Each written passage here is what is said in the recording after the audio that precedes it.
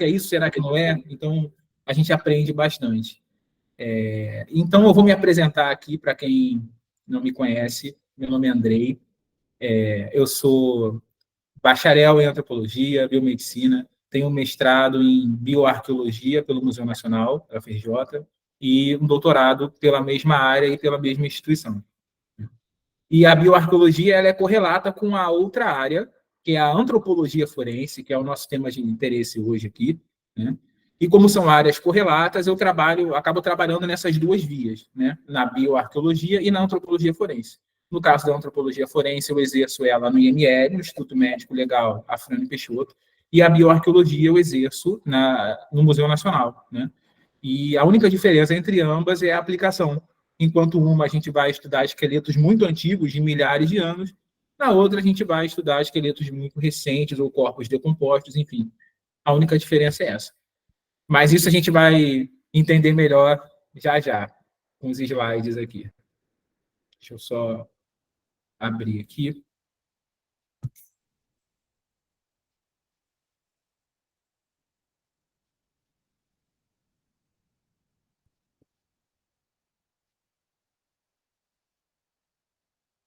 Todos conseguem ver os slides? Está tudo certo? Sim. Beleza, deixa eu só...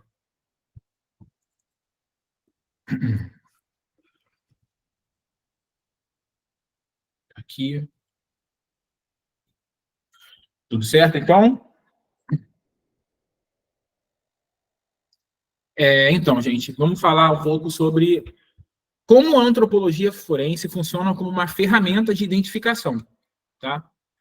O que é, afinal, antropologia forense? Quem já teve a oportunidade de assistir a série Bones, né, sabe do que eu estou falando, né? A doutora Temperance Brennan, que é a protagonista da série, ela é uma antropóloga forense e o trabalho dela gira em torno de identificar corpos que, a princípio, não podem ser identificados por vias convencionais, papiloscopia, DNA, enfim.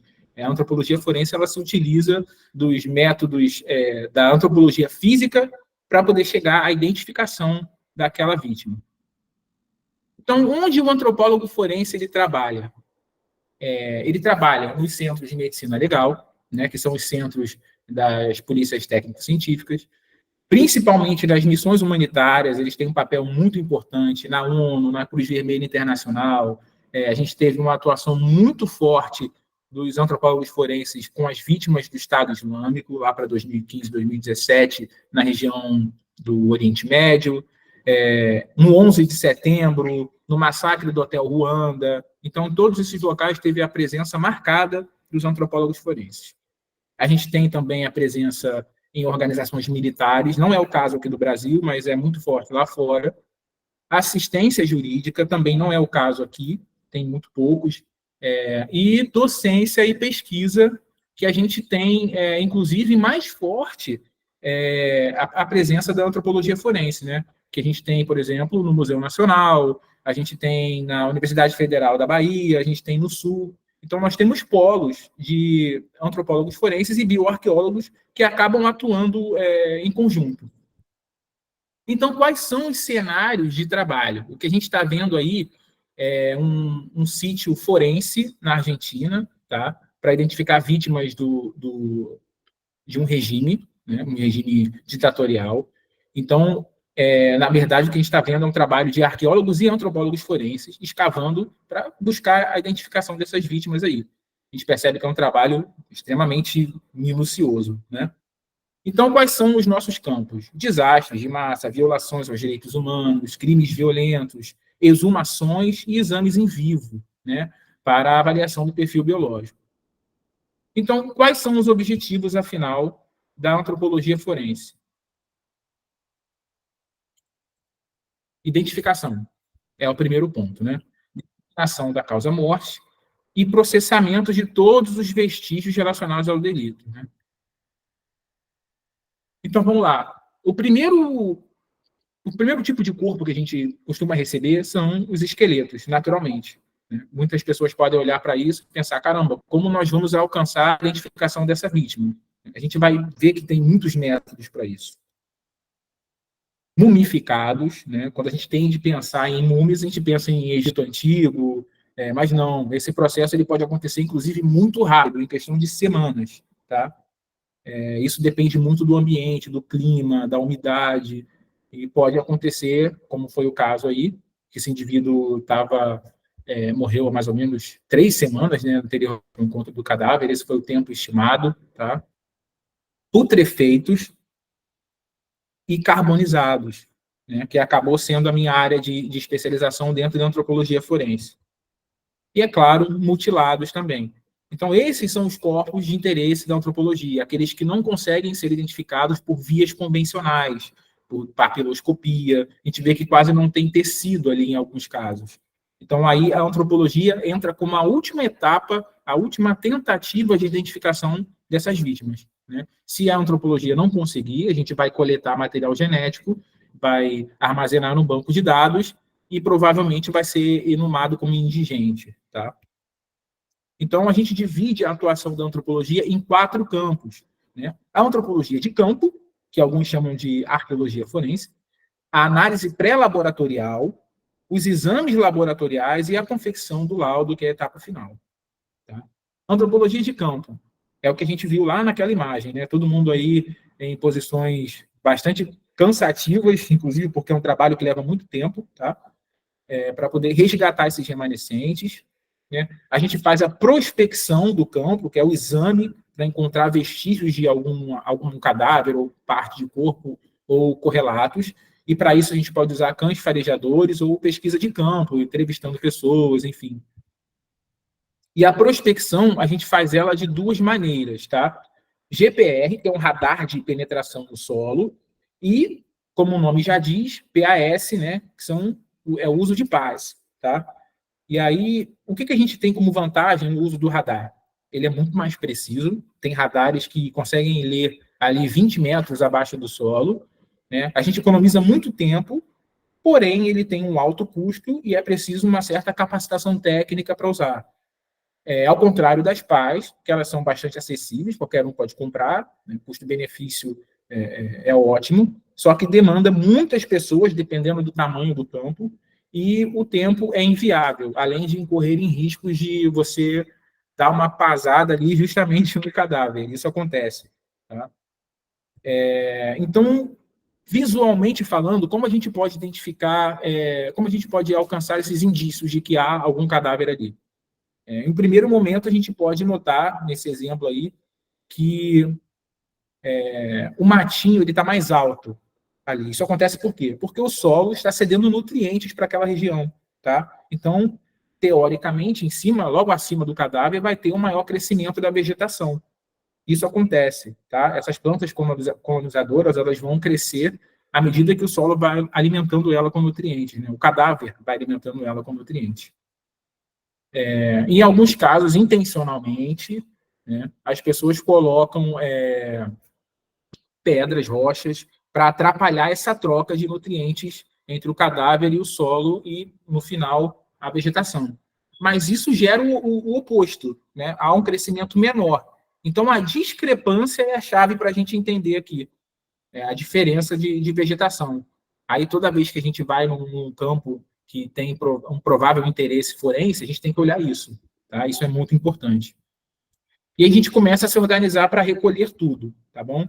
A gente vai usar uma roupagem especial, tá? Essa roupagem totalmente fechada, luvas, preferencialmente sem amido, porque atrapalha, né, amido, aquele pozinho que fica nas luvas, isso vai atrapalhar algumas análises futuras. Máscara cirúrgica, em alguns casos, e sapatos fechados, naturalmente. Quem já teve oportunidade de ir a algum laboratório de anatomia sabe que esse é o EPI adequado.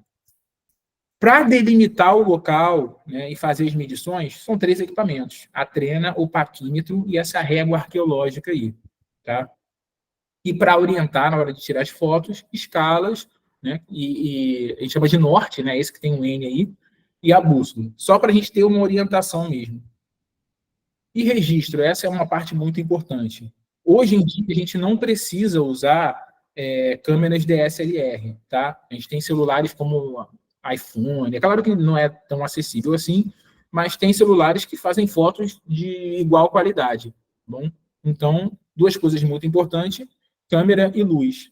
o registro faz toda a diferença, porque isso vai parar nas mãos de peritos, de juízes, então é importante a gente ter fotos boas, tá? Materiais para escavação. Essa pá de jardinagem, né, a espátula, mas só que a gente tem que tomar o cuidado de não usar a espátula em osso, tá? Porque se a gente usar material metálico em osso, vai deixar uma marca que possivelmente vai confundir o profissional que vai trabalhar no cadáver depois. Então, em materiais ósseos, a gente usa o quê? Palitos de madeira, tá? É isso que a gente vai usar nos ossos e dentes. E pincéis de cerdas finas, especificamente esse pincel de blush aí, para os dentes, tá? Porque eles são muito frágeis, especialmente quando eles recebem algum tipo de ação térmica, quando eles estiveram sob o fogo, tá? Então, isso é muito importante para preservar o material. Agora que a gente já aprendeu como que a gente trabalha em campo para recolher o material com todo cuidado, a gente parte para as análises pré-laboratoriais. Essa é uma sala de necrópsia convencional, tá? Lá no Alfredo Peixoto.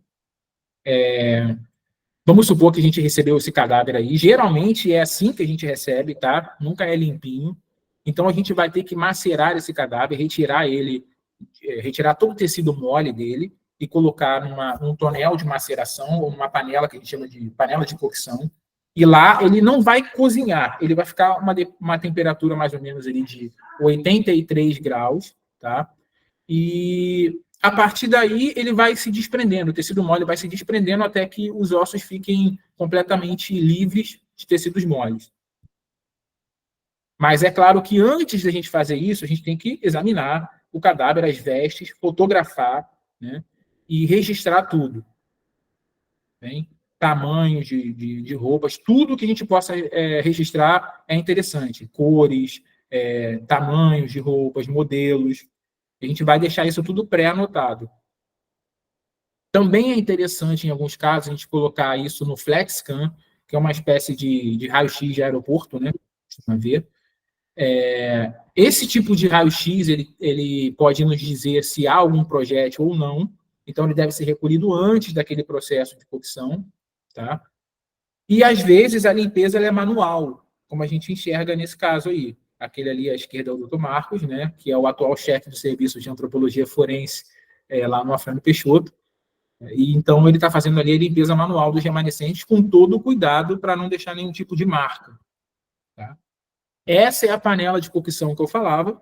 Os remanescentes eles vão para aí, sofrem aquele processo até o tecido mole se desprender. E aí eles vão para a estufa, para o processo de secagem.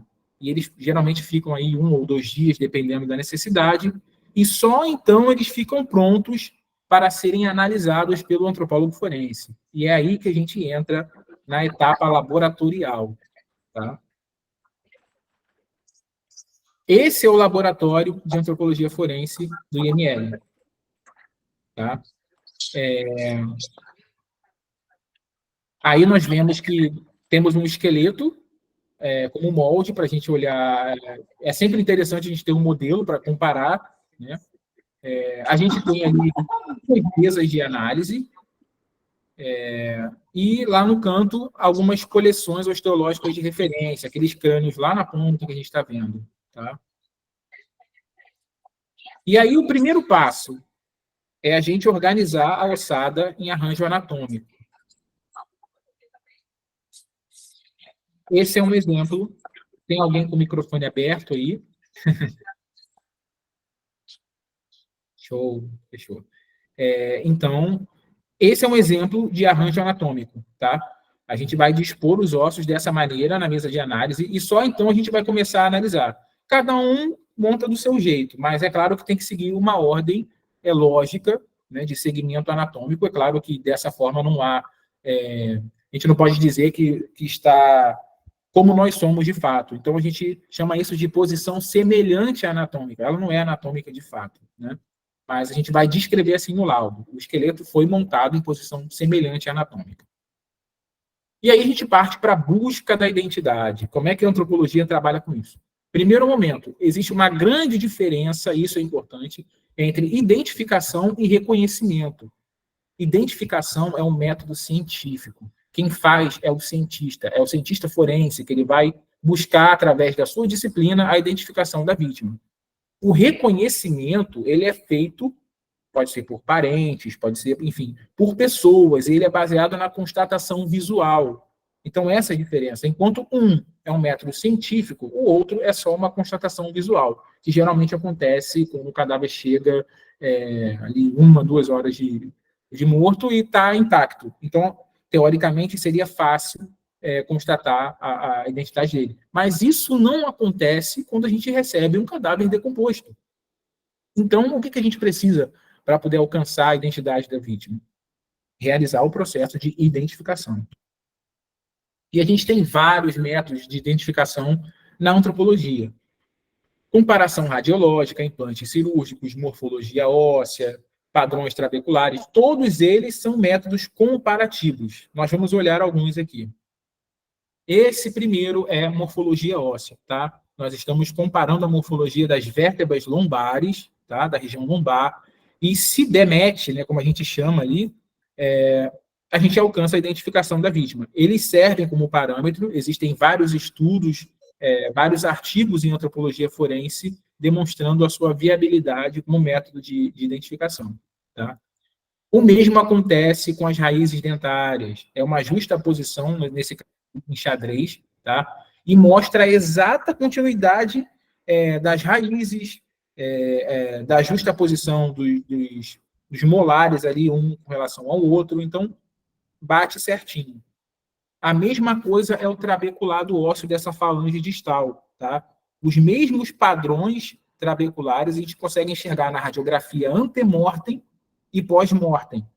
Então, o processo de identificação é isso. É você comparar a documentação antemortem, que a família leva para a gente, e tudo que a gente construiu com as análises, que são os documentos pós-mortem. É assim que a gente consegue. Se todas essas informações batem, a gente alcança a identificação. Próteses, como a gente está vendo aí, são um excelente meio de se identificar quando nós temos informações do procedimento cirúrgico realizado, radiografia antemortem, entendeu? E numeração, obviamente, tá? Quando a gente tem esse registro médico, fica muito fácil. O seio frontal no crânio, tá? Bem ali no osso frontal, aquela marcazinha entre as órbitas oculares, isso também serve como identificação, tá bom? E sobreposição de imagem, que é muito utilizado, como a gente está vendo aí. E aí, para a gente alcançar a identificação, a gente tem que, antes, determinar o perfil biológico, né? E essa é a disciplina da antropologia forense no seu esplendor, né? Sendo aplicada de fato. É o que mais os antropólogos forenses fazem em laboratório. Então, vamos lá. Os materiais que a gente usa. Geralmente, paquímetro, né? Essa tábua osteométrica de Broca que a gente está vendo ali, que ela para mensurar a estatura do cadáver, tá?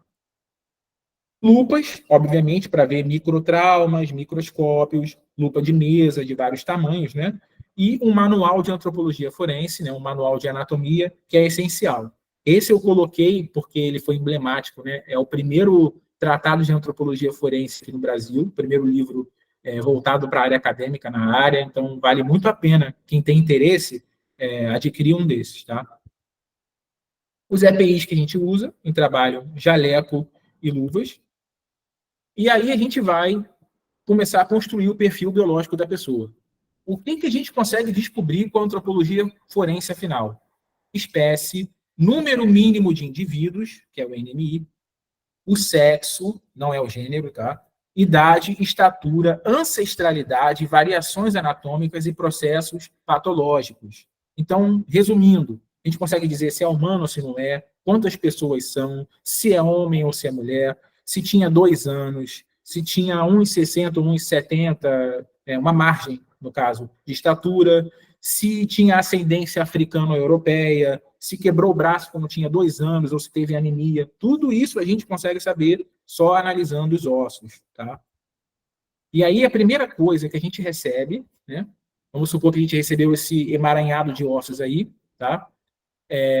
Primeira coisa é o exame macroscópico. A gente vai estabelecer o NMI. Quantas pessoas tem aí? Né? A gente vai separar os ossos com base no nosso conhecimento anatômico, tá? E aí, a gente consegue dizer o que é humano e o que não é, olhando para aí?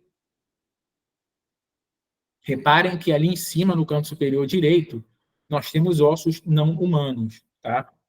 Então, o indivíduo que ele não tem o treinamento adequado em anatomia pode confundir e é normal, tá? Por isso que é interessante a gente trabalhar bastante a questão da anatomia, tá? Nesse caso aí, e aí eu convido vocês a participarem, quantos indivíduos tem nessa cena? Alguém se habilita a responder?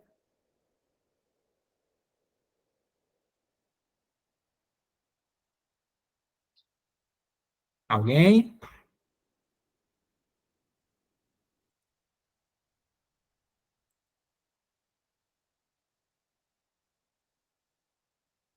E aí?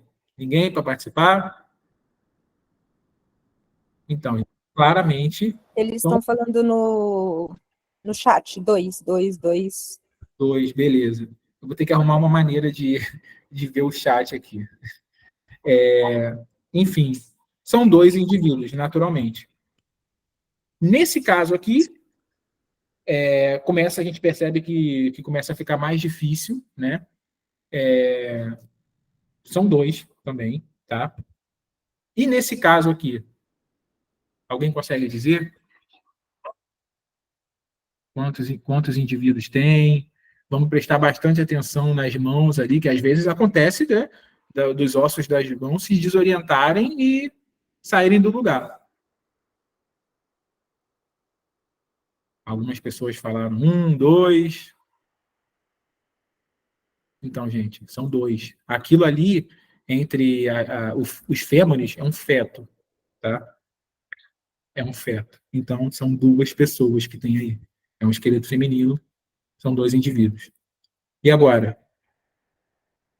Bem mais complicado, né? Isso acontece muito em contextos de genocídio, terrorismo, desastres de massa, como enchentes e no caso de Brumadinho, por exemplo, a gente vai ter essa bagunça. Nesse contexto, a gente tem 19, mas no sítio todos são 120. Imagina o trabalho para a gente recolher isso tudo, né? É bem complicado. E a espécie, né? A gente olha isso, a gente pensa que é o quê? Humano, né? É fácil, a gente olhou ali, qualquer pessoa que tem um treinamento básico em anatomia vai dizer que aquilo ali é osso de mão, né? São carpos e metacarpos. Ok. E agora?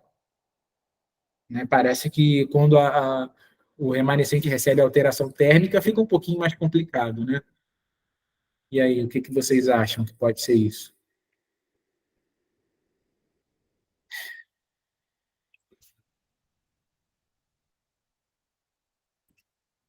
Pois é um rato.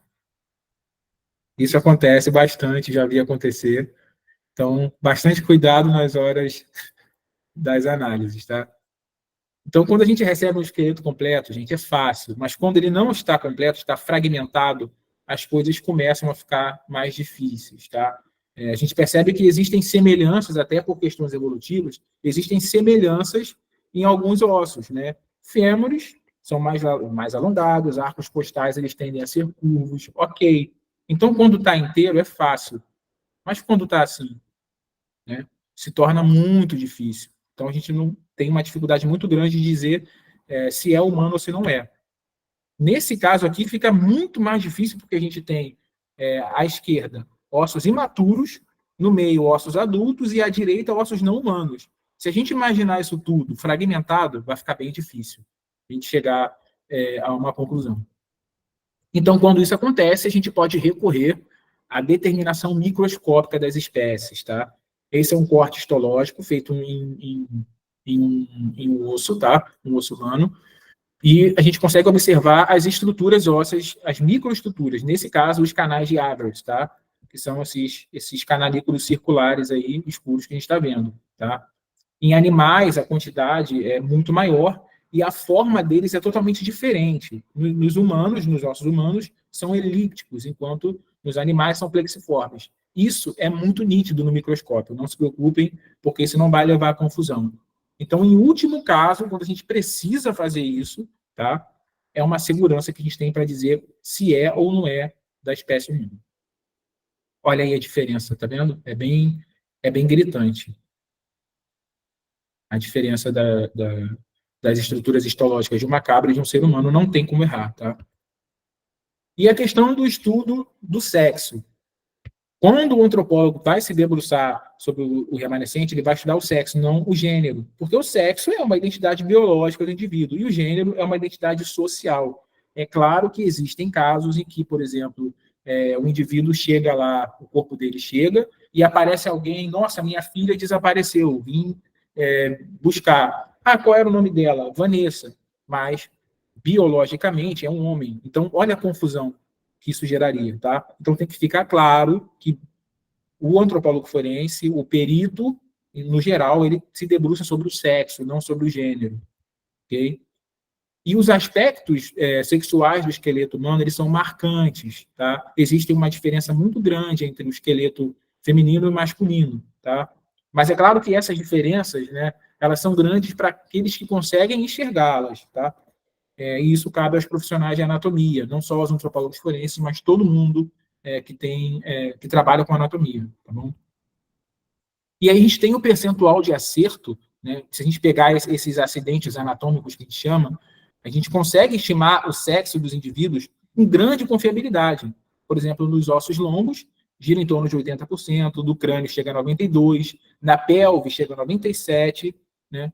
Mas é claro que o antropólogo forense ele vai unir o máximo possível esses métodos. E o DNA, obviamente, 99,9% de a gente alcançar o sexo do indivíduo. Esses dois conjuntos ósseos são os dois melhores marcadores para se estimar o sexo, tá bom? E a gente pode acessá-los de duas maneiras, através da morfologia, da forma deles, ou das suas medidas, tá? Então, são esses dois caminhos que o antropólogo forense pode percorrer. No caso do Rio de Janeiro, que tempo é precioso demais, a gente recorre geralmente ao primeiro, tá? Porque as medidas, elas levam mais tempo, elas têm que ser feitas com muito cuidado para dar certo. O conjunto pélvico, por que ele é importante? Porque ele é o elemento que mais apresenta diferença sexual, tá? E ele é o que menos varia na população e a precisão dele é superior a 95%, tá? É o famoso osso do quadril. Então, a gente consegue perceber, à esquerda, a gente tem o conjunto masculino e à direita feminino. Tá vendo? Vocês conseguem enxergar a angulação subpúbica ali embaixo? Nos homens é mais fechado, nas mulheres é bem mais aberto, tá? O ramo esquiopúbico também. Nos homens é tudo mais grosso e nas mulheres é fininho. A própria abertura, né, da pelve nos homens ela aparenta ser mais fechada e nas mulheres abertas. Por quê? Por questões óbvias, por questões de nascimento, para a passagem do bebê. Então, a gente tem essa diferença que nos ajuda a dizer se o esqueleto pertence a um indivíduo do sexo masculino ou feminino. Tá? Esse é o ângulo subpúbico. Olha a diferença, tá vendo? Entre o homem e mulher. No caso da sínfise púbica, né, a gente tem esse outro marcador que é muito relevante, tá? Logo ali abaixo da sínfise púbica, que vai formar o que a gente chama de arco ventral. Os homens não têm esse arco ventral. Ali para o número 5 está ausente. Do feminino vai ficar bem marcado. É claro que, né, para a nossa sorte, entre aspas, a gente geralmente recebe no 3. E aí como é que a gente faz?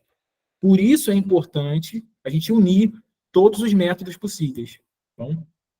E esse eu particularmente considero o melhor marcador sexual, que é a incisura esquiática ainda na pelve. Tá? Quanto mais aberta, pela mesma lógica, né, que a gente apresentou lá atrás, quanto mais aberta, mais feminino. E quanto mais fechado, mais masculino.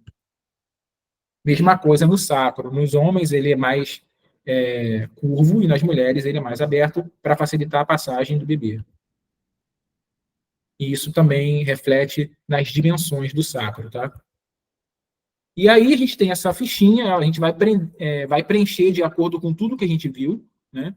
E vai chegar no final a contabilizar as características, né? Quantas características masculinas e femininas, e indefinidas. E o resultado vai demonstrar a predominância. A gente vai escrever no laudo, predominantemente masculino ou feminino. No caso do crânio, a gente tem a mesma fichinha, né? Os ossos frontais, o osso da testa, né? Nos homens é bem mais robusto, nas mulheres não é. Esse ossinho atrás do meato acústico ali, atrás do ouvido, né? Se vocês tocarem aí, podem tocar aí em casa mesmo. Se vocês tocarem, vocês vão perceber que nos homens ele é bem mais largo, enquanto nas mulheres eles são menos aparentes. A mesma coisa na nuca. Se vocês passarem os dedos na nuca, vocês vão sentir que nos homens eles são mais aparentes e nas mulheres eles não são.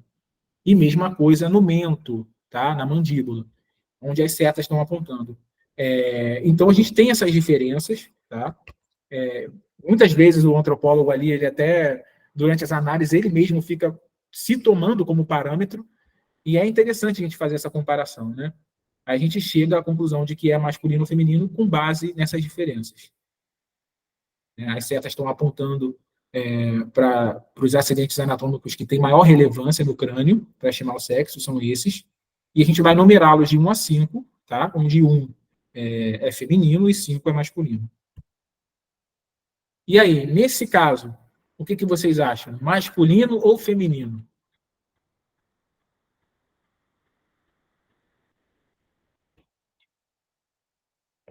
Né? Vamos lá. Acho que é masculino. Masculino? Muito bem. Acertou. É masculino. Quem falou masculino acertou. Exatamente. Olha o tamanho das proeminências ósseas que a gente apontou antes. Né?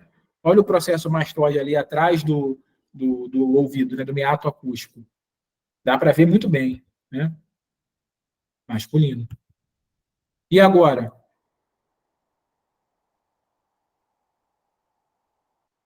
Sintam-se à vontade para falar no microfone. Feminino? Feminino? Por quê?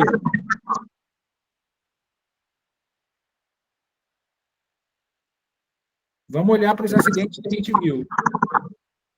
Ele tem uma abertura bem do lado aqui no meio da cabeça, se você analisar. Bem aqui do lado tem na arca dentária, né, diferente do masculino, a mais. Uhum.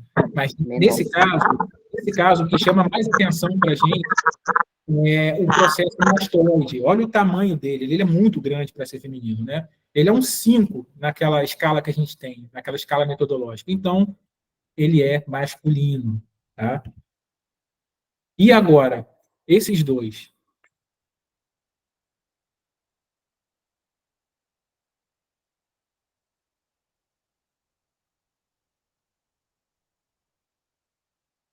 Ó, eu tô vendo pelo celular, tá? Eu acredito que o primeiro seja masculino e o segundo feminino. Os dois são masculinos. Mas eu coloquei de propósito a imagem ali, tá? Para a gente ter uma noção que nem sempre os ossos vêm como a gente espera, né? Ele nunca vai vir num 5, ou às vezes ele vem num 3, como é esse caso, entendeu? Por mais que ele apresente, por exemplo, o osso frontal pouco inclinado, e isso é uma característica realmente feminina, ele apresenta o processo mastoide ali um pouco mais alongado, então a gente vê que é tudo misturado. Então, com base em outros acidentes anatômicos que a gente viu, não só no crânio, a gente chegou à conclusão de que é masculino. Então, nem sempre é fácil, tá? André, tem como você colocar um masculino e um feminino, um do lado do outro, para a gente ter essa comparação? Nesse slide aqui, eu acho que está mais na frente, tá? Quando aparecer, eu vou pontuar isso para vocês, tá?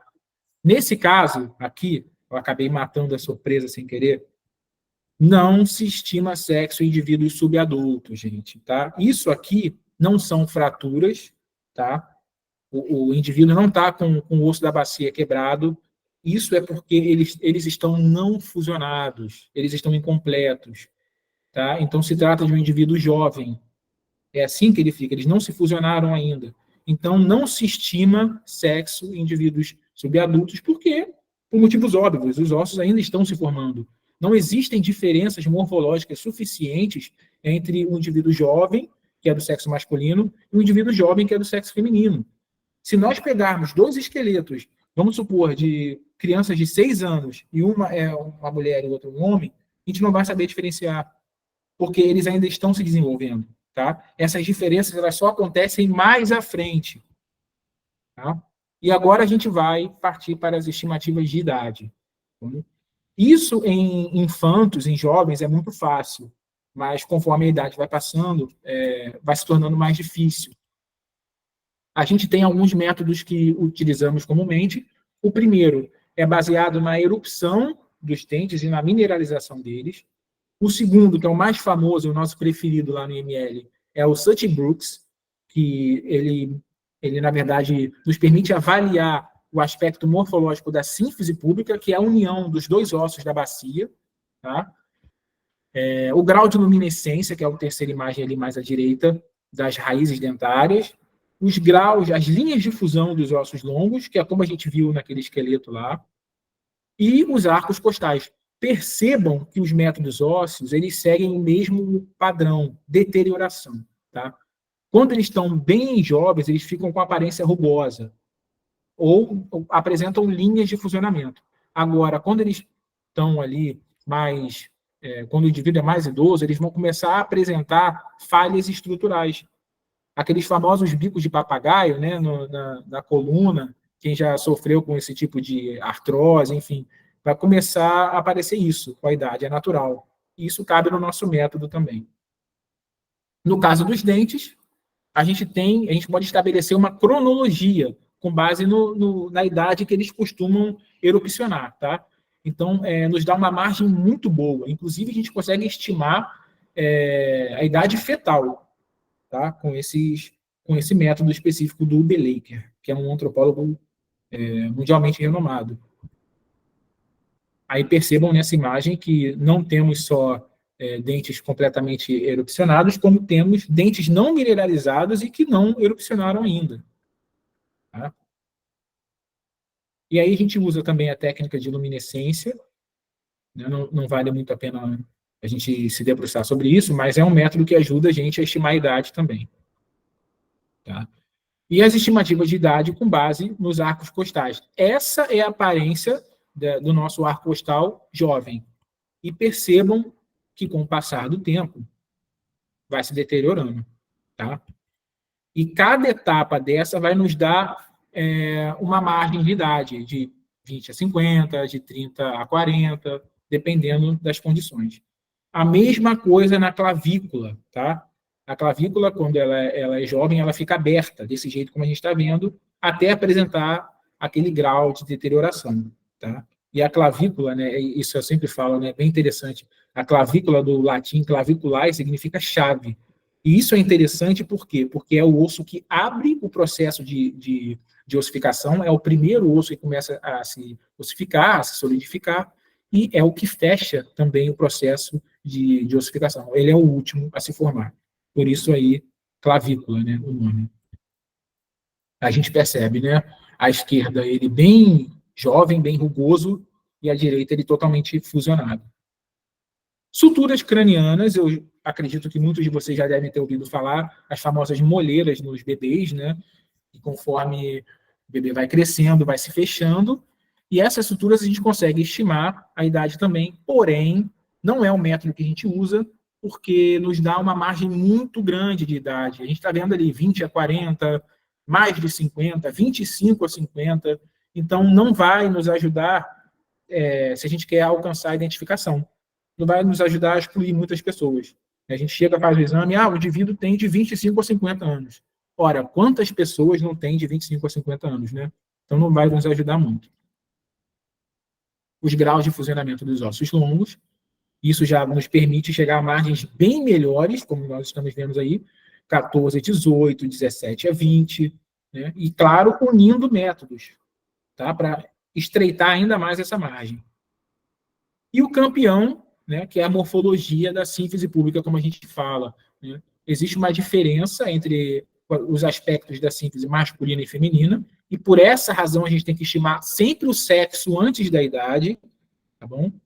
E a idade ela entra com base no aspecto, né?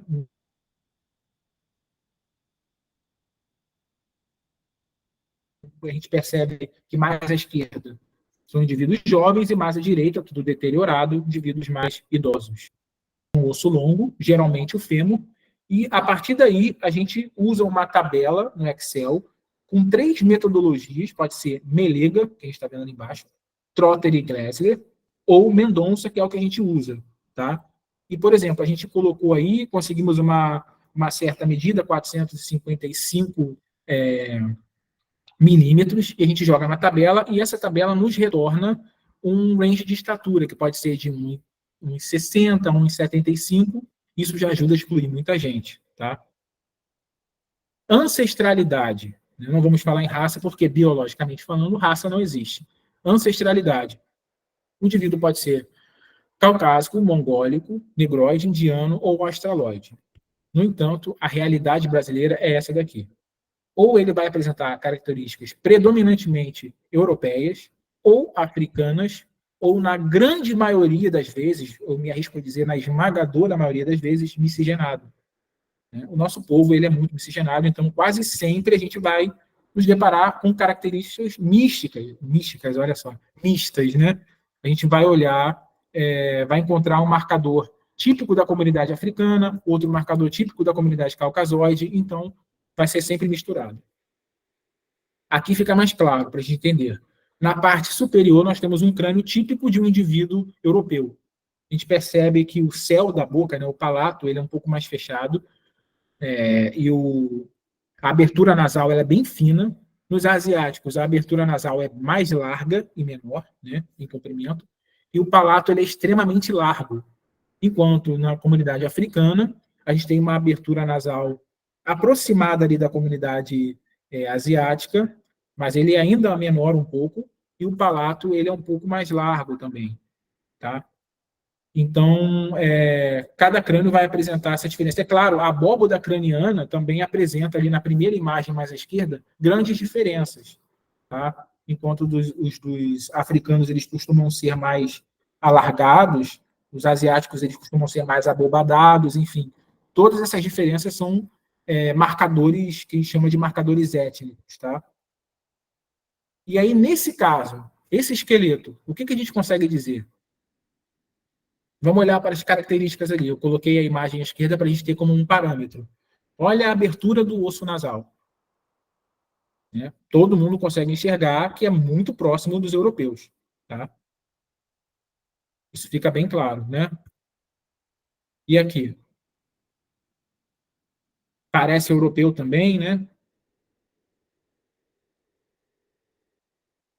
Mas se bem que ali embaixo, né, na nuca, a linha nucal está muito aparente e parece muito, né, com as comunidades africanas, né, com o povo de ascendência africana. Miscigenado. Tá vendo? A gente nunca vai encontrar somente as características daquele indivíduo, daquele grupo. Sempre vai ser misturado. Então, nós poderíamos dizer que esse indivíduo tinha pele escura e clara? Não sabemos. Isso vai depender de muitos outros fatores. E, para isso, a gente recorre, inclusive, a um software chamado Osteomics, que nos dá em porcentagem esse grau de afinidade ancestral. Então, aí, nós poderíamos dizer, com certa confiabilidade, que provavelmente, que é assim que vai constar no nosso laudo, o indivíduo tinha a pele clara ou a pele escura. Tá? Esses são os traços morfoscópicos que a gente vai anotar. Então, a gente vai fazendo todo esse cálculo até chegar à nossa conclusão final. Variações anatômicas ocorrem nos ossos de maneira natural e podem contribuir para a identificação positiva quando eles são muito diferentes. Esse aí é um forame external. Nem todos têm esse forame external, nascem com esse forame external desse jeito, tá? Algumas pessoas, inclusive, podem confundir isso com disparo, né? Mas nitidamente não tem nada a ver. Isso é com base em conhecimento anatômico que a gente faz essas declarações. Né? Esse é um forame external normal. Tá? Olha a diferença. O forame septal nos ossos do braço, né, no número, em algumas pessoas tem, outras não. Tá? Quando a gente recebe isso numa radiografia antemortem, que é o caso ali da direita, e compara com o que a gente vê pós-mortem, é óbvio que a gente vai usar isso como um fator de individualização, que vai nos ajudar a individualizar a pessoa. Né? Processos supracondilares, osteomas, a gente tem vários tipos. Nódulos de Small, para quem não sabe, isso é uma variação da hérnia de disco, tá? só que ao invés de comprimir a medula, ela comprime o próprio disco. Então, a gente tem esse processo patológico, que é patológico, né? Forames parietais. Então, tudo isso é variação anatômica que ocorre naturalmente, não é necessariamente um trauma, mas serve para identificar o indivíduo. Ajudar a identificar, não somente isso, tá? E aí a gente vai para os levantamentos das lesões. E essa fica a pergunta, né? A pergunta inicial. Em que local se inicia o estudo do trauma e por quê? A gente estuda durante o deslocamento, dentro do rabecão, a gente leva os ossos para casa, estuda em casa, é no laboratório. E aí? A gente leva para o laboratório para estudar, a gente estuda no local, em casa, enfim. No local, gente. Por quê? Porque sempre corre o risco de acontecer alguma coisa, seja no transporte, enfim. Então, prioritariamente, a gente faz as análises prévias de lesões, o que a gente conseguir anotar, em campo, tá? Para preservar informações. Eu marquei aí os tipos de instrumentos e aplicações de energia e mecanismos de lesões que a gente comumente vê. Mas em verde mais claro, né, o contundente, o pérfuro contundente, o corto contundente e a ação térmica são os 4 tipos de ação vulnerante que a gente mais se depara nos nossos exames, tá? Esses são os tipos de ação vulnerante. Contundente, à esquerda, né? Geralmente são provocados por objetos de massa, tá? Com pouca energia, e no caso da ação térmica é evidente que é a aplicação do calor, tá? Que pode ser direto ou indireto. À direita, corto contundente, quando a gente tem ali uma porção afiada, imprimindo uma força sobre o corpo, e pérfuro contundente, que é o tipo de lesão que a gente mais costuma ver no IML. Tá? Cada instrumento desse provoca uma reação diferente no osso, e a gente vai estudar isso. Tá? Mas antes a gente tem que entender que são 3 tarefas importantes para o antropólogo nesse momento. Distinguir esses tipos de ações, tá? E diferenciar elas de uma lesão ou um trauma, ou até mesmo aquela variação que a gente apontou antes, né? Saber diferenciar um disparo de arma de fogo de um forame natural do corpo é essencial. Estabelecer a época do trauma, que pode ser tanto antemortem, provocado antes da morte, perimortem, ao redor do tempo da morte, pode ter sido um pouquinho antes, um pouquinho depois, e pós-mortem, que foi provocado em um tempo considerável após a morte. E determinar, se possível, o número e a sequência desses traumas. Vamos lá, determinando a época do trauma. Como eu já falei, ele pode ser antemortem, perimortem ou pós-mortem. Esse trauma aí, evidentemente, isso é um trauma antemortem. Por quê? Porque isso que a gente está vendo é um calo ósseo. Né? O osso, como ele é um tecido vivo, ele vai se absorver e vai formar esse calo ósseo que a gente está vendo. Tá? Isso é uma tíbia, é o osso da canela. A gente tem, inclusive, um projétil ali incrustado. Esse indivíduo teve a sorte de levar esse disparo bem em cima de uma lesão que ele já tinha, né? Bastante sortudo. E aí, a gente consegue dizer que essa lesão, naturalmente, ela é antemortem. Por quê? Porque o osso, quando o indivíduo está morto, né, todo o sistema biológico dele está morto, é evidente que o osso não vai se regenerar. Tá? A gente tem a foto mais nítida do projétil aí e desse calo ósseo enorme. Perimortem. Essa é a época mais difícil para o antropólogo de estimar. Por quê? Porque nem sempre é aparente. Tá? Então, a gente costuma olhar o quê? O osso, quando ele está fresco, né, quando a gente chama quando ele nos apresenta nesse aspecto, a gente diz que ele está fresco. Ele apresenta deformidade plástica. Por quê? Porque ele tem muito conteúdo orgânico ainda. O osso ele tem uma parte de cristais de hidroxiapatita e colágeno. Tá? O colágeno é a parte orgânica do osso. Ela se perde por ação térmica ou com a ação do tempo mesmo. Com o tempo ele vai se perdendo. Tá? Essa porção vai diminuindo. E quanto mais ela diminuir, mais diferente vai ser a lesão provocada nesse remanescente com o tempo. Então, quando ele está fresco, a gente vai ver essa deformidade plástica, bordas macias, regulares e uma coloração consistente, como é esse o caso aí. Se a gente conectar, por exemplo, essa clavícula, ela ainda vai se montar, tá? porque ela está fresca. Se a gente quebrasse essa clavícula muito tempo depois da morte do indivíduo, ela não ia se juntar de novo, porque já não tem conteúdo orgânico suficiente para isso. Tá? Ela ia quebrar seco, ao invés de quebrar desse jeito. Nesse caso aqui é o mais evidente, esse arco costal ali na imagem superior, ou melhor dizendo, inferior à esquerda. Essas espículas ósseas que a gente está vendo são características muito marcantes de lesões perimortem. Tá? Essas lesões, elas são chamadas de quebra em galho verde. É como se a gente quebrasse um bambu e formassem aquelas espículas. Isso só acontece quando o remanescente está fresco. Quando ele está seco, ele vai quebrar de outra maneira, não vai formar espículas. Tá? Olha como é que fica evidente, tem dobragem. Então, isso é muito importante para a gente estimar a época em que o trauma foi produzido. E pós-mortem, a gente percebe que as bordas são totalmente irregulares, apresentam coloração distinta, e a gente nem pode chamar de lesão, a gente chama de quebra. Tá? Isso pode acontecer no transporte, por exemplo, a gente encontrou ali um remanescente, um esqueleto de 5 anos. Né? O indivíduo foi assassinado, foi jogado lá, a gente encontrou 5 anos depois. Se a gente quebrar esse osso, ele vai quebrar dessa forma. Tá? Sem querer no transporte, a gente quebrar, ele vai quebrar assim. Então, se ele tinha alguma lesão perimortem, a gente vai saber diferenciar. Tá? E a gente pode caracterizar as ações como contundente, cortante, perfurante e ação térmica. Nesse caso aí, esse tipo de lesão foi provocado por que tipo de material e como a gente caracteriza isso? Corta ou contundente. Isso está evidente, né? Tem uma linha de corte enorme aí. Tá? E a época, a gente pode estimar aqui também, se a gente olhar mais de perto, as dobragens ali. Ó. Tá vendo? O osso está deformando de maneira plástica. Então, é uma lesão corta ou contundente provocada à época perimortem. Bem ali no crânio. Tá? Olha o instrumento que produziu ali em cima. É uma lesão corta ou contundente. E a época, perimortem. Nesse caso aí, o que vocês acham?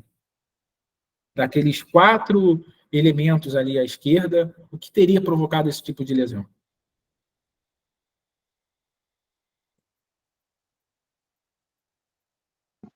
Fogo? Que tipo de material teria provocado, que tipo de instrumento teria provocado essas lesões aí no crânio? Ação.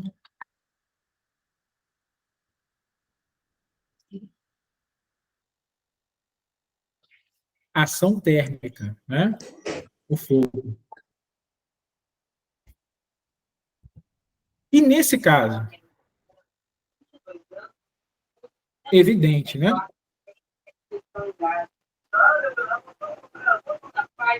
Não tem como confundir. Arma de fogo. Exatamente, perfeito. E nesse caso, Pancada, bastão. exatamente. E aí a gente consegue, inclusive, dizer a época em que foi produzida essa lesão. Se nós olharmos ali acima da órbita ocular esquerda, né, esse emaranhado de lesões aí, a gente tem sinais de reabsorção óssea, tá? Então, pelo menos algum tipo de lesão que foi provocada ali, certamente é antemortem, tá? E nesse caso, o que vocês conseguem me dizer? Qual dos instrumentos provocou isso? Esse foi tiro. Elo? A saída do tiro, no caso aí, pancada, martelo, né? Olha aí o material. Exatamente. Gente, uma coisa muito importante agora. Quando a gente tem uma ação com muita energia, como é o caso de um disparo de arma de fogo, ele não vai provocar dobragem. Dobragem é uma característica de pouca energia, tá?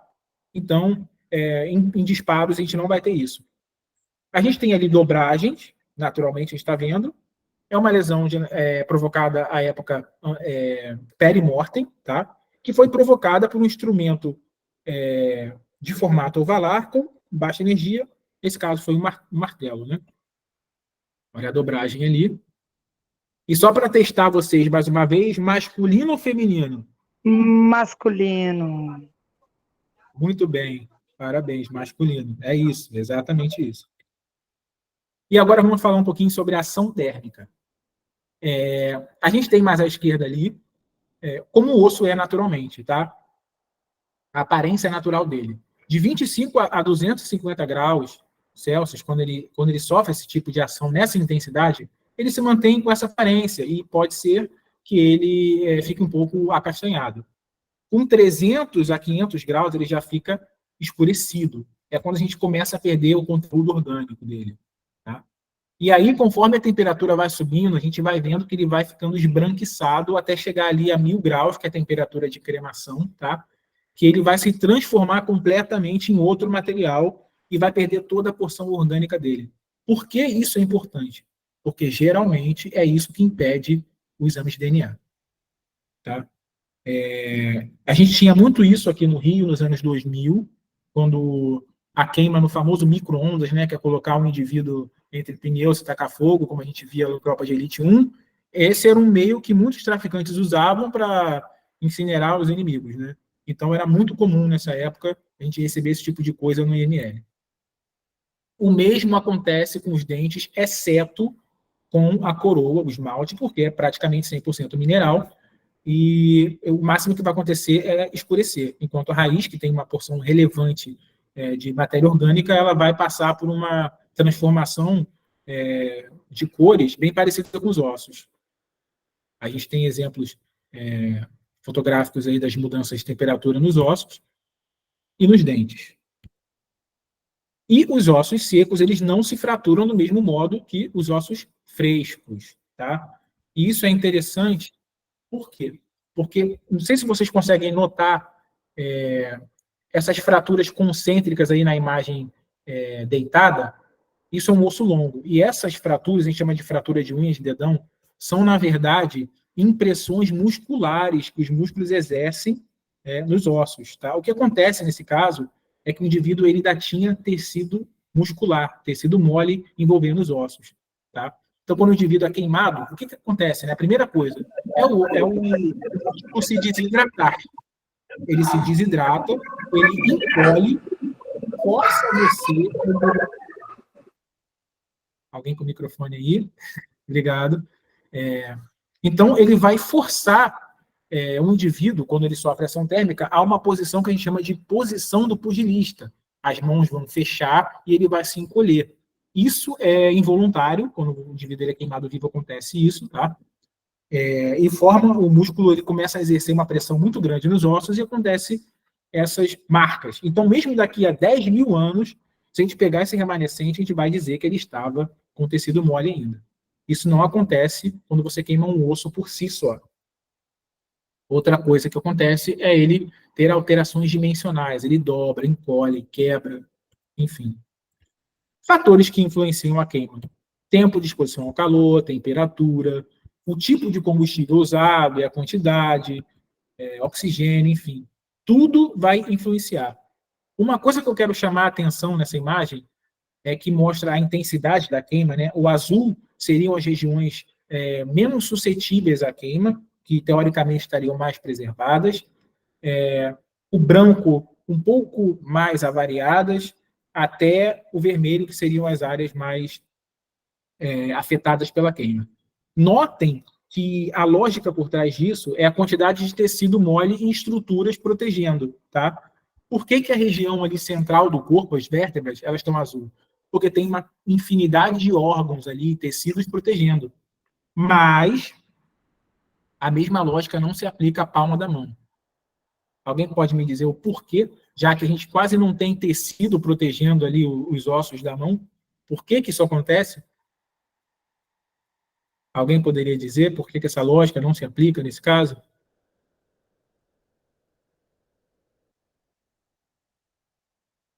Então, o que acontece? A posição do pugilista, lembra? Como estava falando? Quando o indivíduo ele é posto sob o fogo, os músculos se desidratam e ele é forçado a ficar nessa posição, as mãos vão se fechar. Por isso que a palma da mão vai ficar protegida. Entendeu? E muitas vezes isso é interessante para os papiloscopistas, porque preservam as digitais. Tá? Então, é essa a razão, é esse o motivo que explica por que muitas vezes encontramos as palmas das mãos preservadas. Tá? E aí surge a questão, a queima extingue toda e qualquer possibilidade de identificar o cadáver? Não. O que a gente consegue dizer só com essas 3 imagens? O sexo, a incisura esquiática ali à esquerda, preservada com a queima. Se o indivíduo foi queimado com tecido mole, está evidente na imagem aí, as linhas concêntricas, e a idade através da face da clavícula, né? Indivíduo jovem, a gente lembra, né, que a gente estava falando antes, está bem rugoso, é um indivíduo jovem. E olha aí, nós temos uma evidência de intervenção cirúrgica que foi encontrada num osso longo, e com isso a gente pode buscar a identificação. E aí a gente vai montar em posição semelhante anatômica e vai fazer a remontagem, né? Dá um trabalho muito grande, é uma tarefa muito cansativa, mas necessária. Por quê? Olha aí. Isso aqui é um disparo. Se nós não tivéssemos remontado, jamais descobriríamos isso. Então, é muito interessante a gente remontar o esqueleto sempre. E como a gente diferencia, afinal, um trauma que foi produzido por algo mecânico de uma fratura que foi produzida pelo fogo? Nesse caso aqui, essa lesão da parte de cima, ela foi provocada pelo fogo, tá? Houve um rompimento para aliviar a pressão intracraniana. Isso acontece, tá? É como se o cérebro estivesse cozinhando e essa pressão precisasse sair, por isso essas fraturas. Só que, no entanto, toda fratura térmica ela não tem energia suficiente para se radiar para fora da região queimada. Então, toda vez que a gente se deparar com isso, podemos dizer com certeza que não se trata de uma lesão térmica. Claramente um disparo ali. Tá? São fraturas provenientes irradiadas desse disparo. E aí a gente parte para a identificação antropológica. Eu separei alguns casos para a gente de como funciona realmente o processo de identificação. Tá? A gente recebeu esse cadáver, né, bastante tecido mole, e olhem ali na coxa do indivíduo, né, na coxa esquerda, a gente tem uma intervenção cirúrgica, uma placa externa, tá, de fixação, e a gente tem também os elementos dentários. Como que a gente pode alcançar a identificação nesse caso? Tá? Uma coisa que a gente notou interessante é que ele respirou, tá? Tem fuligem nas vias aéreas, então significa que ele sofreu a alteração térmica ainda vivo. No caso da antropologia forense, a gente não pode dizer isso, só quando tem tecido mole, tá? Porque nos ossos não temos possibilidade de dizer isso. E temos essa intervenção cirúrgica aí. Tá? O que a gente pode fazer para identificar isso? A gente recebe a documentação ante-mortem e vai comparar com a documentação pós-mortem. As informações ante-mortem que a gente recebeu foram radiografias, tá? E a ficha do indivíduo, né? Com um molde, inclusive. Tá? Então, a gente vai fazer a comparação. Esse é o raio-x da consolidação da fratura, né? Uma fratura ante-mortem. E aí, a gente retirou uma fotografia pós-mortem para ver se realmente bate. E olhem aí, a orientação e a quantidade dos parafusos que pertencem à placa, né? E o local exato de perfuração para manipulação transcirúrgica. Então, tudo parece bater. Olhem aí. Inclusive, em um jogo de orientação geométrica. Tá? Ô, Andrei, mas essa chapa que levou foi a família do cara, ou não?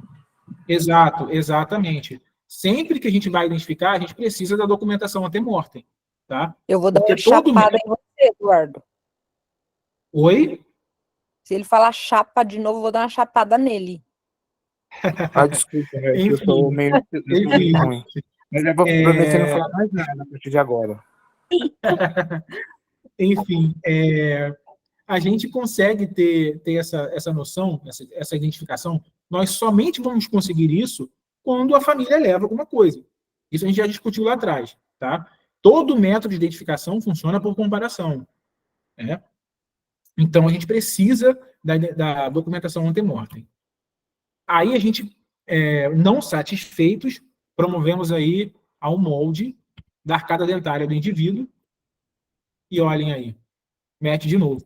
Então, nós conseguimos identificá-lo a partir de informações odontológicas e antropológicas, com alto grau de confiabilidade, né? Quase aí praticamente 100%. E o caso 2 é muito interessante, porque tudo que a gente tinha era isso aí, tá? Era tudo que a gente tinha, essa haste, com 2 parafusos de fixação, nessa orientação mesmo, e alguns poucos remanescentes. A gente ainda conseguiu, olha aí, a síntese pública, conseguimos estimar a idade, apesar da queima, tá? E essa queima, ela está lá, segundo as nossas imagens lá sobre alteração térmica, girando em torno de 700, 800 graus Celsius, quase chegando à calcinação, tá? Já saiu da carbonização, a gente lembra lá pelas orientações das cores, que estava chegando já à calcinação. E aí, a gente recebeu mais uma vez a documentação antemortem, e olhem aí, de novo, a orientação, né, 39,9 graus, tamanho e quantidade de parafusos, tudo batendo. Então, em um comparativo, a gente descobriu que era um homem adulto, e era um homem de 35 anos, na documentação antemortem, as fraturas bateram,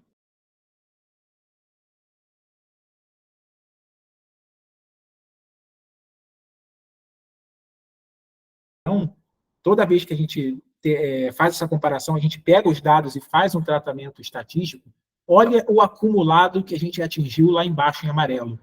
Olha a probabilidade de acerto, né? E a chance de erro era muito alta. E a probabilidade que a gente atingiu nesse caso aqui, se vocês notarem, ela é 10.000 vezes mais precisa que o DNA. Tá? Então,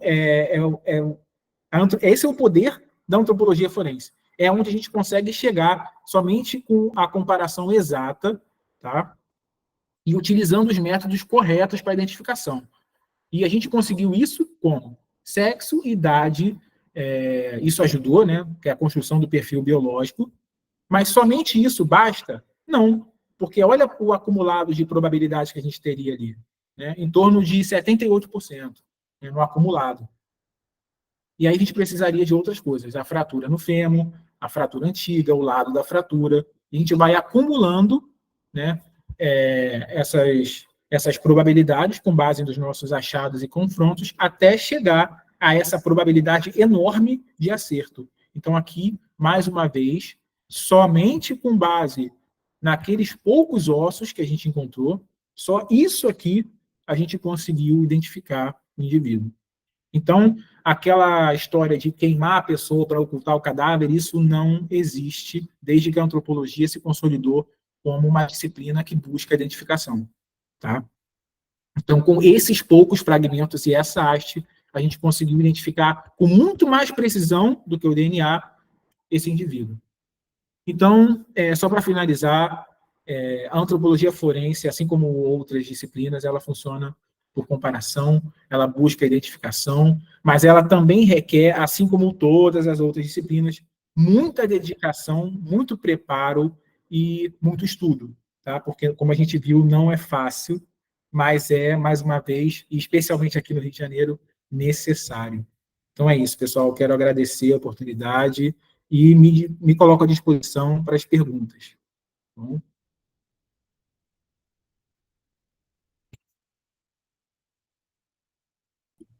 Vamos lá. Andrei, tá me ouvindo? Estou ouvindo. Oi. Vamos lá, rapidinho. Primeiro eu quero te agradecer muito, muito, muito, muito pela aula, né, que nos deste.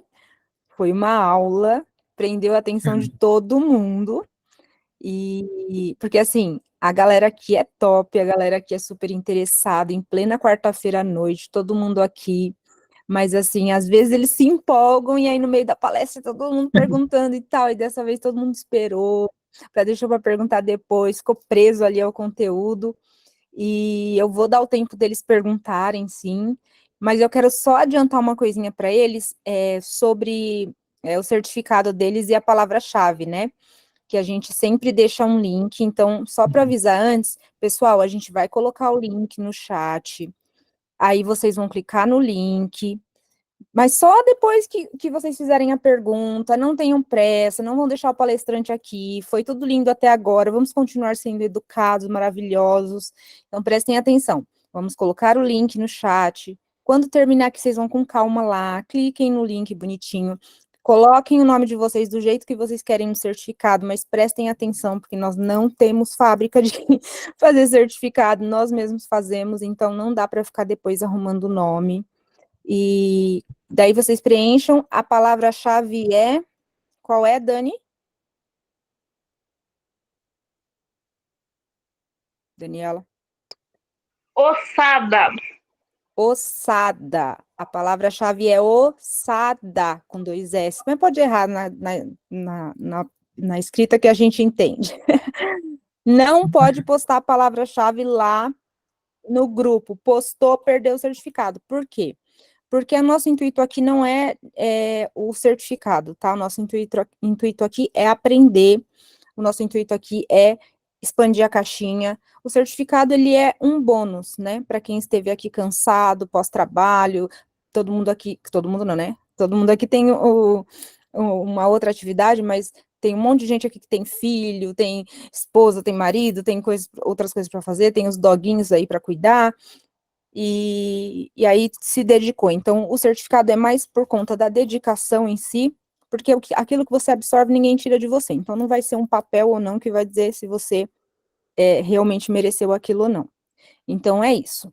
Agora, vocês podem, com calma, fazer suas perguntas para o Andrei. Também não vamos ficar segurando ele aqui, que ele também tem as outras atividades dele. E aí, terminou, vocês vêm aqui no chat, peguem a palavra-chave com calma, bonitinho, mas também não vão ficar enrolando, que a gente também tem as nossas atividades, e aí, depois que vocês fizerem as perguntas de vocês, peguem bonitinho, e aí a gente vai se despedindo, tá bom? Por hora, Andrei, meu muito, muito, muito obrigada. Provavelmente a gente vai te chamar de novo, abusar mais um pouquinho. O padre que eu te falei que super adorou seus posts lá, ele tá aqui, botou aí que adorou, então tá por aqui, o Douglas, tá aqui, com certeza vai estar rezando por você, que acho que a gente viu que você é católico, é isso mesmo? Isso. Aí É isso. ficou aqui, ó, do começo ao fim da palestra, e é muito meu amigo, por isso que eu estou aqui falando para você, e aí com certeza vai estar recebendo umas orações aí. E é isso, Agradeço pessoal. demais. Então, as questões... Oi?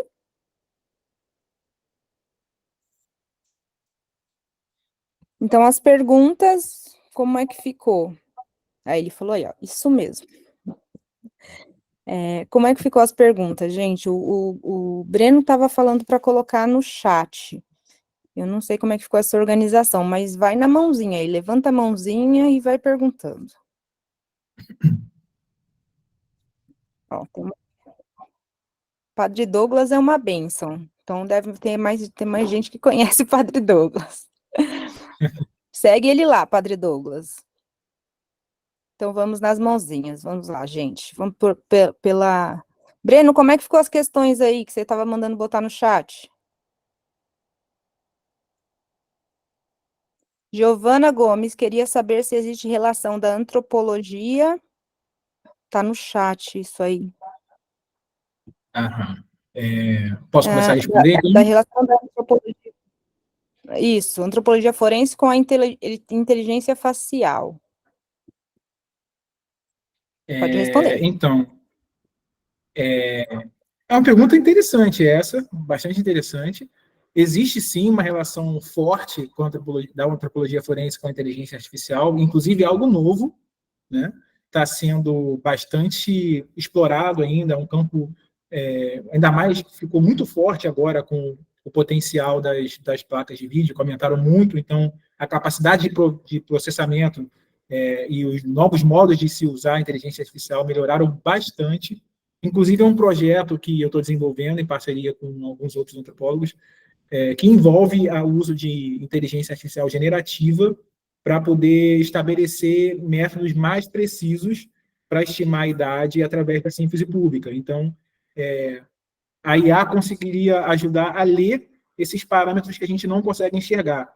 Tá? Então, esse seria um exemplo do uso da antropologia forense em conjunto com a inteligência artificial, que tem um potencial absurdo para estimar o sexo, a idade, a estatura, construir o perfil biológico e até mesmo a identificação com o caso de comparação, né, entre radiografias. A inteligência artificial ela pode ser usada para isso também. Excelente pergunta. Muito bem.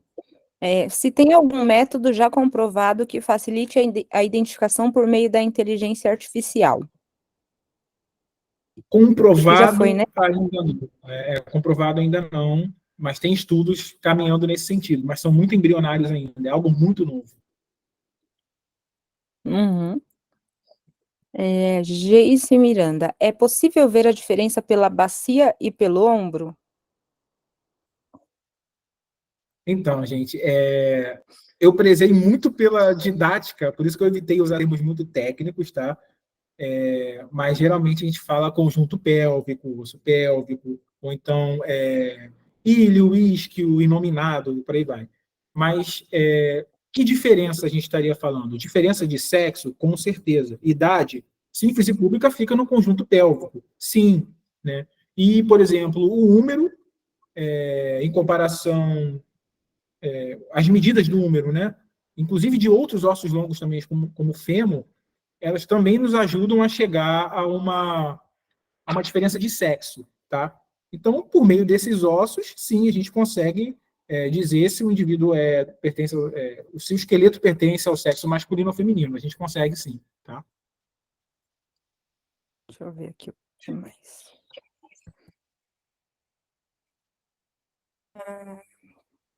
Os ossos do esqueleto feminino são menores ou não? Então, isso depende, é uma pergunta interessante, tá? Mas isso depende da população. Geralmente, numa população fechada, os esqueletos femininos eles tendem a ser menores em estatura. Só que se a gente comparar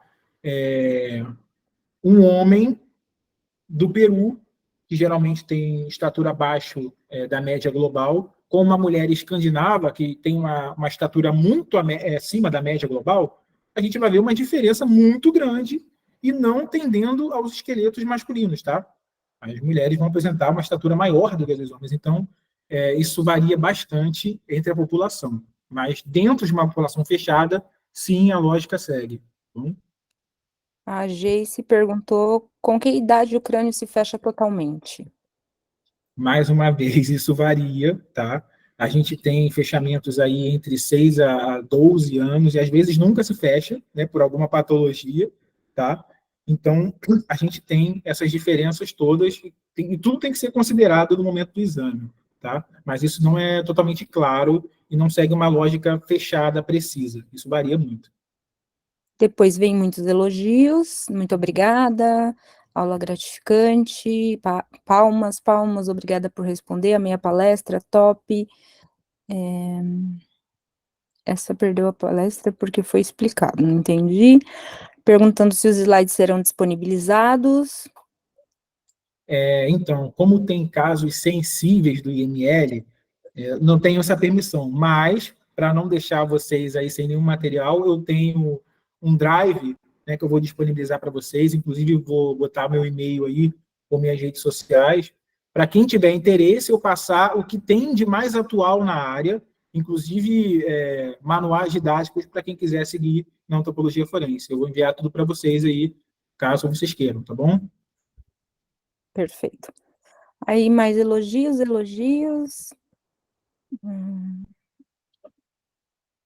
Aí, aqui teve só passando a palestra do Tabosa, do Henrique Tabosa. Acho que não tem mais.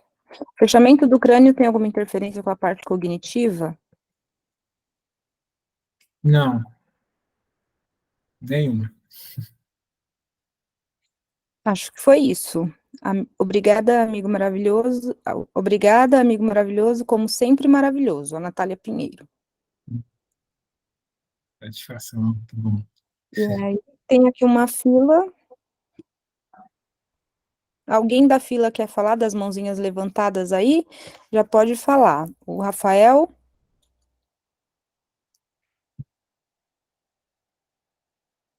Rafael? Acho que não. Dani? Oi, eu ergui a mão sem querer. A minha Que já foi só. diretora adjunta. Acho que já foi, gente, é isso. Vamos deixar, doutor Andrei, aqui. Uma pergunta do padre eu vou ler, gente. Você já teve que identificar um corpo para alguma... Oh, meu Deus, sumiu aqui, gente. Cadê o negócio? Alguém tá vendo a pergunta dele no chat? Porque sumiu. Para alguma entidade religiosa. Sim. Para algum... ele sabe essa resposta. Ele viu. Essa história é uma das minhas favoritas. Por exemplo, relíquias. Há algum tempo atrás eu tive a oportunidade, né, de participar da exumação de Dom Rafael Cifuentes, né, do corpo de Dom Rafael Cifuentes, junto com a doutora Gabriela Graça, que é a pessoa que eu tenho em mais alta estima, é uma pessoa extremamente importante para mim, trabalha lá na antropologia, todo mundo conhece, a pessoa maravilhosa e modelo profissional e modelo de vida, né, para mim. Então, junto com ela eu tive essa oportunidade e foi uma experiência inesquecível, né? Porque não só por quem representou, né? Quem foi a pessoa do Dom Rafael Cifuentes. Eu até ganhei um livro maravilhoso, né, da vida dele. Eu, como católico, já conhecia a história dele, então foi fantástico. E é claro que no momento, né, você chegar lá e ver todo o ritual e participar, dando a opinião, né, sabendo diferenciar, né, o lado católico e o lado cientista da coisa, foi um trabalho muito bem feito e deu super certo e ficou gravado, né, na minha memória, está lá, eu fiz uma postagem nas minhas redes sociais, então foi a única até o momento e experiência incrível. Tá? Nesse contexto, né, da antropologia forense, foi a única, mas em alguns outros casos já participei dentro da bioarqueologia de outros momentos, mais voltados para a diáspora africana, enfim, com esqueletos de 200, 300 anos. Já tive a oportunidade de trabalhar com isso também, então foi igualmente excitante. Eu também gostaria. Mas é isso.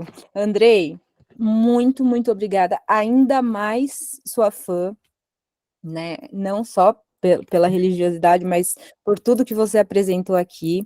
Quando tiver algum curso, alguma formação, alguma palestra, algo do tipo, nos chame, David e eu.